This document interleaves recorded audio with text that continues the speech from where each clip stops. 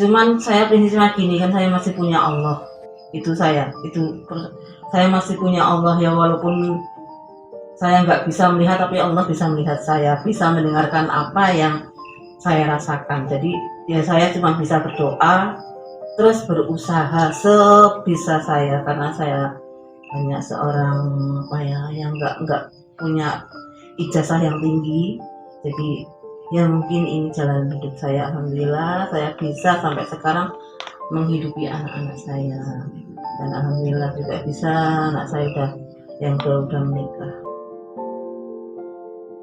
Lebih utama, yang lebih penting itu memang pendidikan agama dan pendidikan dunia. Jadi antara dunia dan akhirat itu harus imbang, biar anak itu enggak tersesat dalam mencari ilmu. Itu kita memang harus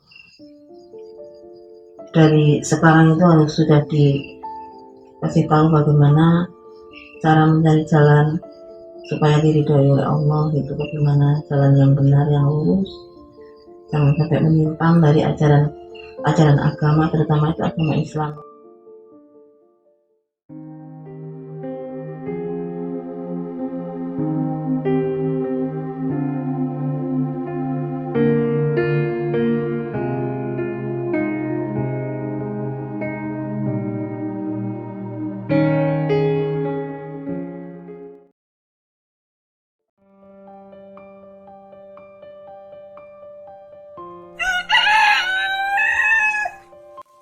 Nama saya Siti Namuna, alamat saya Banyumas, status saya janda, ibu rumah tangga.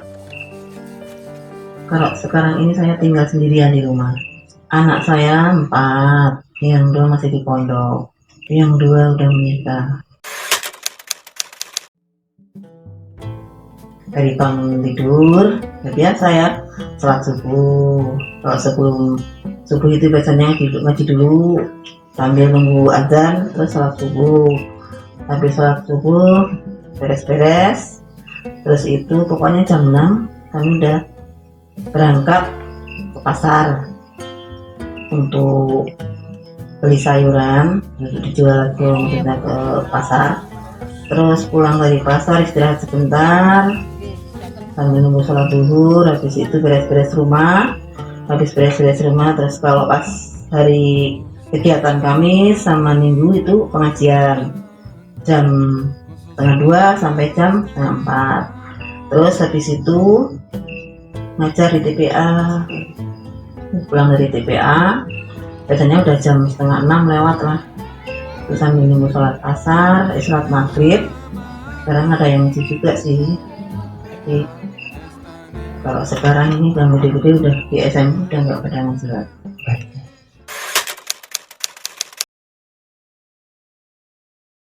Saya penjual sayur udah dari waktu anak saya masih kecil, karena ditinggal bapaknya itu ya. Anak saya masih umur 3 tahun, yang kecil. Saya bingung mau bekerja apa, sudah saya lakukan semuanya ya. Jadi pedagang gorengan jajanan di sekolah sudah, ngiris genteng udah, ikut ngocok-ngocok di sawah itu udah, tapi kan itu ternyata belum bisa mencukupi. Jadi alhamdulillah kok saya kan di sini sebagai posyandu juga ya. Sebagai posyandu waktu itu dapat bantuan dari Bapak Bupati waktu Tanggamus, Bapak Fauzan, itu memberikan pinjaman uang sebesar 200.000. Itu untuk kader-kadernya. Terus ibu kepikiran, kok ibu-ibu kalau mau posyandu itu masih kebingungan sayuran ya. Oh ini mungkin ini kalau untuk modal sayuran itu uangnya itu insya Allah cukup 200 kan.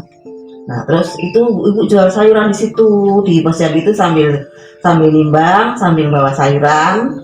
Tapi kan yang namanya bekerja sambil jualan susah. Akhirnya ya masih banyak lah, sisanya masih banyak. Terus ide-ide lagi, dan nggak dikeliling-keliling aja gimana ya, habis enggak ya. Jadi pulang tuh nggak habis, sayuran tuh tak keliling-kelilingin. Awalnya malunya Masya Allah, pokoknya dari rumah itu, "Assalamualaikum, mau beli sayuran nggak?" Malunya ya Allah. Tapi alhamdulillah habis kan. Habis itulah terus kepikiran aku, waduh ini untuk beli lagi nih, untuk beli lagi. Terus akhirnya jalan kaki kan, gendong itu loh, dulu gendong. Habis terus pas gendong itu tambah banyak, tak kuat, pakai sepeda terlalu jauh. Sekarang udah terlalu jauh, bapaknya kan alhamdulillah itu masih punya motor ya, jadi ditinggalin motor itulah sama bapaknya dulu buat jualan sayuran sampai sekarang.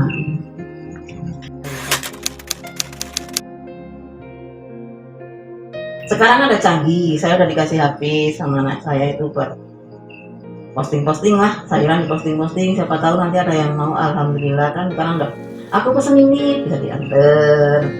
Kadang juga ada yang nitip-nitip juga, ini mbak aku nitip bakso, nitip jajanan, nanti kalau nggak habis diambil lagi.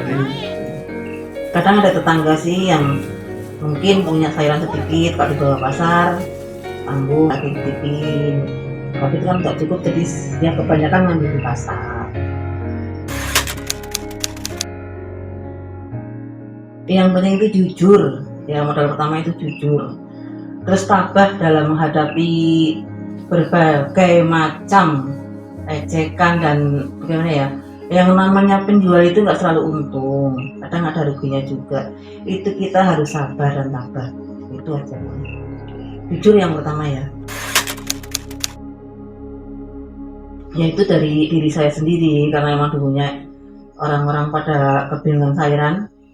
Terus akhirnya ibu, bagaimana ya kalau aku jual sayuran aja ke pasar. Awalnya aku jual di pasar, tapi di pasar itu terlalu banyak saingan, kadang-kadang juga masih pagi itu harus berangkat, pulangnya sampai siang. Nah itu akhirnya tak bakal keliling-keliling aja lah. Tadi keliling-keliling kan bisa, di sana ada yang masih panen apa gitu, yang minta beli, lagi beli ya, lagi minta beli. Tantangan itu ya itulah ya, yang pertama itu kadang anak-anak mungkin ya dapat ejekan dari temennya, anak penjual sayur, anak bakul kangkung gitu ya. Itu kadang tantangan juga. Kadang-kadang kan pas di jalan nemuni ban bocor gimana, itu pasti tantangan itu ya. Saingan juga banyak. Yang motivasi saya untuk selalu bertahan di penjual sayuran ini karena dengan penjual sayuran insya Allah kita modalnya sedikit ya, yang modal ya itu bisa ada untungnya sedikit-sedikit untuk membantu. Itu nggak nyampe berhari-hari, kita bisa berangkat pagi, siang udah pulang, nggak nyampe sore. Bertahannya itu demi anak-anak, karena saya nggak bisa punya keahlian apa-apa. Ahlinya cuma mungkin ini pedagang sayuran ini, jadi tetap saya tekuni walaupun dengan berat hati, tetap insya Allah dengan pedagang sayur, karena kan rezeki udah diatur.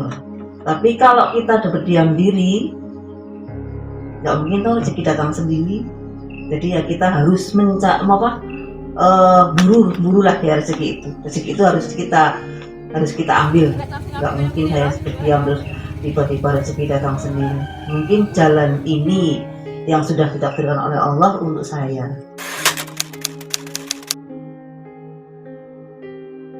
Saya itu dulu seorang ibu rumah tangga yang cuma mengandalkan dari suami, dari bapak.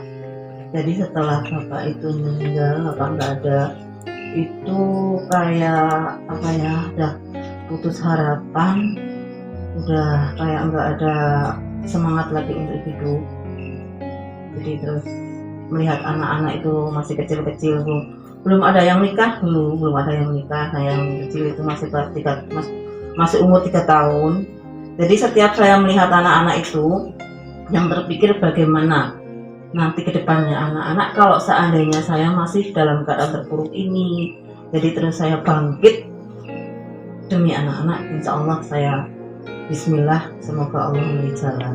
Alhamdulillah Pak Fauzan dulu memberikan itulah awal-awalnya. itu modal pertama dari bapak, bukan sakit. Ya, yang penting itu pendidikan. Saya bingung ya, anak masih kecil-kecil, udah nggak ada bapak kan yang tulang punggung itu ya. Saya kan sebagai ibu rumah tangga, itu mau bagaimana anak saya nantinya, apa bisa sekolah apa enggak, apa bisa makan apa enggak gitu. Jadi dengan rasa yang bagaimana lah, awal-awalnya pedagang saya juga saya saking malunya, karena emang saya tuh bu rumah tangga yang cuma minta tuh awalnya. Dan alhamdulillah bapak udah dikasih rumah inilah ya, alhamdulillah udah dikasih rumah. Terus peninggalan itu ya, ada motor juga satu, walaupun cuma satu itu rumah ya, cuman ini peninggalannya. Tapi saya sangat bersyukur saya sama anak-anak, jadi kalau hujan nggak hujanan, panas nggak kepanasan, karena punya rumah. Ya belum lama sih bapak bangun rumah meninggal. Ini suatu kebahagiaan buat kami. Walaupun rumah seperti ini sudah sangat bersyukur sudah diberi rumah. Kalau seandainya enggak gitu loh, terus bagaimana nasib saya dan anak-anak itu. Dengan alhamdulillah kan anak saya nomor 2 itu dapat beasiswa. Tadinya ya udahlah, anak udah nggak ada bapak, ya udah sampai situ aja sekolahnya, sampai dulu SMA semuanya yang 2 itu. Terus tiba-tiba kan ada beasiswa untuk anak yatim. Saya dipanggil ke Prinsewu itu, udah nggak mau tak ambil, kok enggak lah, takutnya gini loh, itu kan cuman bantuan untuk semester sama pendaftaran, nanti kelanjutannya kalau saya nggak bisa bayar nanti gimana. Tapi anak saya pingin kuliah, jadi terus saya dipanggil sama dosennya itu, udah mampunya ibu itu bayar berapa untuk uang makan, seberapa pun diterima. Akhirnya saya setiap bulan tuh ngeluarin uang 200 untuk biaya uang makan anak saya. Terus ibu katanya udahlah bu lah, diambil aja, ini rezeki buat anak ibu, siapa tahu nanti ini bisa jadi menarik adik-adiknya yang masih kecil-kecil. Udahlah tak ambil. Sebenarnya saya nggak kebayang mau bisa nguliahin anak. Alhamdulillah bisa. Anak saya juga itu kan karena mungkin kalau mamanya seorang janda, dia itu sambil jualan di kampus itu, jual pulsa, jual jilbab. Jualan itu kalau dikasih uang nggak pernah buat jajan, tapi itu untuk jualan itu. Ya kalau dikasih uang nggak pernah kurang, nggak pernah, seberapa pun dikasih tetap paling itu mendesak loh. Paling aku ya sudah maksud kalau anaknya udah berarti ini kurang. Waktu di SMA itu ya, SMK dulu kan SMA ya, itu anak saya yang 2 itu nggak pernah jajan. Katanya kan temanku Rawan yang jualan itu ya di kantin itu kan teman ibu itu bilang gini, anakmu kok di sekolah nggak pernah jajan di tempatku, malah tempat jajan tempat orang lain. Katanya dia nggak pernah jajan mak, kalau temenku istirahat keluar jajan aku di kelas, karena aku nggak mau jajan, jadi nggak pernah jajan di tempat orang lain. Dikiranya jajannya di tempat orang lain, padahal nggak pernah jajan. Kalau istirahat dia nggak keluar, karena kalau keluar teman-temannya pada jajan. Itu tak terangin sama dia, nggak jajan itu anakku tuh di kelas. Ya, sekarang udah wisuda, tapi sekarang masih pengabdian.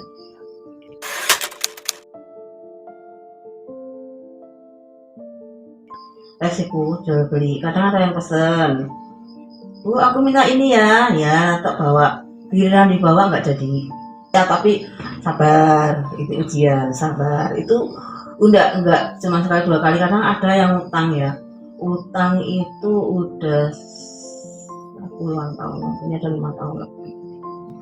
Ya utang tapi kan ya harus bayar. Tapi kadang ya ada yang nggak bayar sampai sekarang.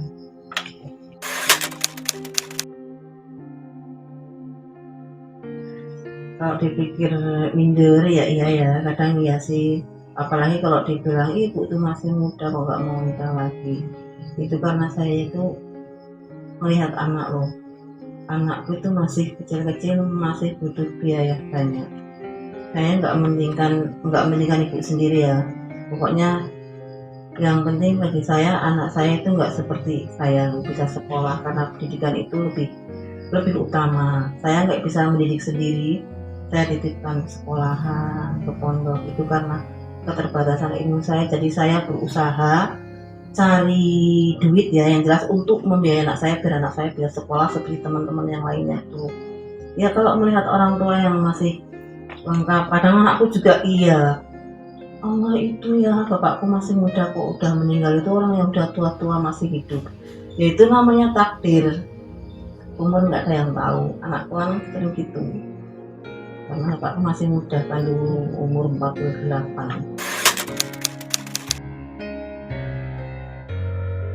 Kalau yang pertama ya saya itu alhamdulillahnya bisa nyekolahin anak saya yang dulu ya alhamdulillah. Karena pedagang sayuran itu kan ya untungnya ya nggak seberapa. Jadi kalau saya nggak hemat-hemat mungkin ya nggak bisa nyekolahin anak. Jadi ya memang yang pertama itu saya alhamdulillah bisa nyekolahin anak. Untuk saat ini ibu pinginnya itu ibu sehat, anak-anak saya bisa sekolah,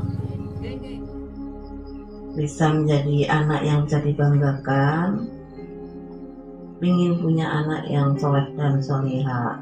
Jadi saya setiap anak saya nelpon itu nggak banyak yang saya ngomongin pesan sama anak itu. Yang kamu itu yang pertama itu rajin belajar, terus jangan tinggalkan sholat. Setiap habis sholat doain mama biar mama sehat, karena apa ya, sehat itu kan yang utama. Jadi itu memang nggak banyak yang setiap anak nelpon itu. Jadi jangan lupa belajar yang rajin. Mama itu nggak punya apa-apa, mungkin cuma bisa ngasih ilmu itu, nggak bisa ngasih harta yang banyak, enggak. Insya Allah kalau kalian bisa punya ilmu bisa mencari dunia dan akhirat, insya Allah. Dan jangan lupa sholat, pokoknya sholat jangan sampai ditinggalkan sholat. Terus habis sholat doain mama itu setiap nelpon itu. Kita nggak punya siapa-siapa, cuma Allah tempat kita untuk bersandar, untuk segala-galanya.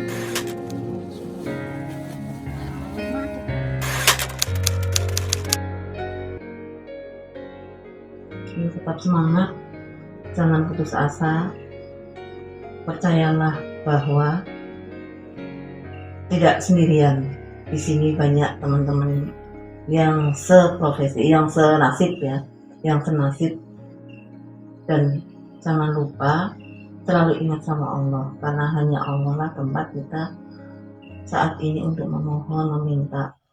Kalaupun kita tidak punya suami, tapi kita harus tetap bersemangat demi perjuangan. Kalau saya ini perjuangannya ini banyak sekali ya, di BPA juga saya berjuang, di mana-mana pokoknya untuk umat saya berjuang, untuk anak-anak seperti saya berjuang.